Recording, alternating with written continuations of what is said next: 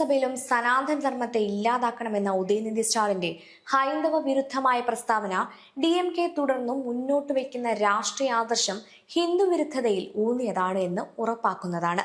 DMK സംബന്ധിച്ചിടത്തോളം അവർക്ക് ഇതൊരു പുതിയ ആശയമോ അഭിപ്രായമോ അല്ല. അണ്ണാദുരൈ, രാമസ്വാമി തുടങ്ങിയ ആളുകളുടെ കാലം മുതൽ ആ പാർട്ടി കൃത്യമായ ഹിന്ദു വിരുദ്ധത പുലർത്തിവരുന്ന ഒരു ആശയ സംഹിതയാണ്. അതിന്റെ അവസാന കണ്ണിയായ ഉദയനിധിയും അതേ പ്രസ്താവനകളെ മുന്നോട്ട് കൊണ്ടുപോകുന്നു എന്നേയുള്ളൂ. സോ ഇതൊരു പുതിയ സംഭവമല്ല. പക്ഷേ ഇപ്പോൾ പെട്ടെന്ന് ആ പ്രസ്താവന അവർ ആവർത്തിക്കാനുള്ള കാരണം കേവലം പെട്ടെന്നൊരു ലൈം ലൈറ്റ് കിട്ടാനുള്ള മൂന്നാം കിട നാടകം മാത്രമാണ്. കനത്ത തോൽവി ഏറ്റുവാങ്ങിയതോടുകൂടി തമിഴ്നാട് രാഷ്ട്രീയത്തിൽ പുറമ്പോക്കിലേക്ക് എത്തിയെന്ന് തോന്നിയ DMKക്കും ഉദയനിധിക്കും പെട്ടെന്ന് മീഡിയ അറ്റൻഷൻ കിട്ടാനുള്ള എളുപ്പവഴി സനാതന ധർമ്മത്തെ ഇത്തരത്തിൽ അധിക്ഷേപിക്കുക എന്നതാണ് എന്ന് നന്നായിട്ടറിയാം.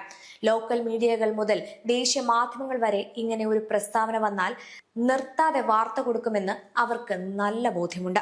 മാത്രമല്ല, ഉണ്ടായിരുന്ന മുന്നണിയും പിരിഞ്ഞതുകൊണ്ട് അവർക്ക് ഇനി സംസ്ഥാനത്തെ അവരുടെ മാത്രം നിലനിൽപ്പ് നോക്കിയാൽ മതി.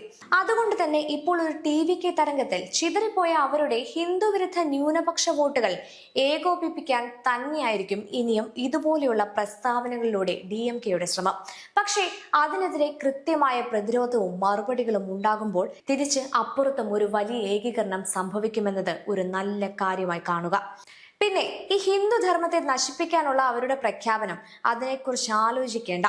അന്ന് പണ്ട് സിന്ധ് ആക്രമിച്ചു തുടങ്ങിയ മുഹമ്മദ് ബിൻ ഖാസിം മുതൽ ഇങ്ങ് കള്ള ട്രെയിൻ കയറി വന്ന് തമിഴ്നാട് കട്ടുമുടിച്ച മൂന്നാം കിട കള്ളൻ മുത്തുവേലന്റെ മൂത്രത്തുള്ളിൽ നിന്നുണ്ടായ മൂന്നാം തലമുറ ഉദയനിധി വരെയുള്ളവർ അതിന് ശ്രമിച്ചു. ഒന്നല്ല, പല 100 വട്ടം. എന്നിട്ടോ അങ്ങനെ നശിപ്പിക്കാൻ തുനിഞ്ഞവര് കുലത്തോടെ ഇല്ലാതായി. വംശം തന്റെ കുറ്റിയറ്റുപോയി എന്നല്ലാതെ ആ ധർമ്മത്തിന് ഇന്നും ഒന്നും സംഭവിച്ചിട്ടില്ല, ഇനി സംഭവിക്കുകയുമില്ല. അത്രയുള്ളൂ.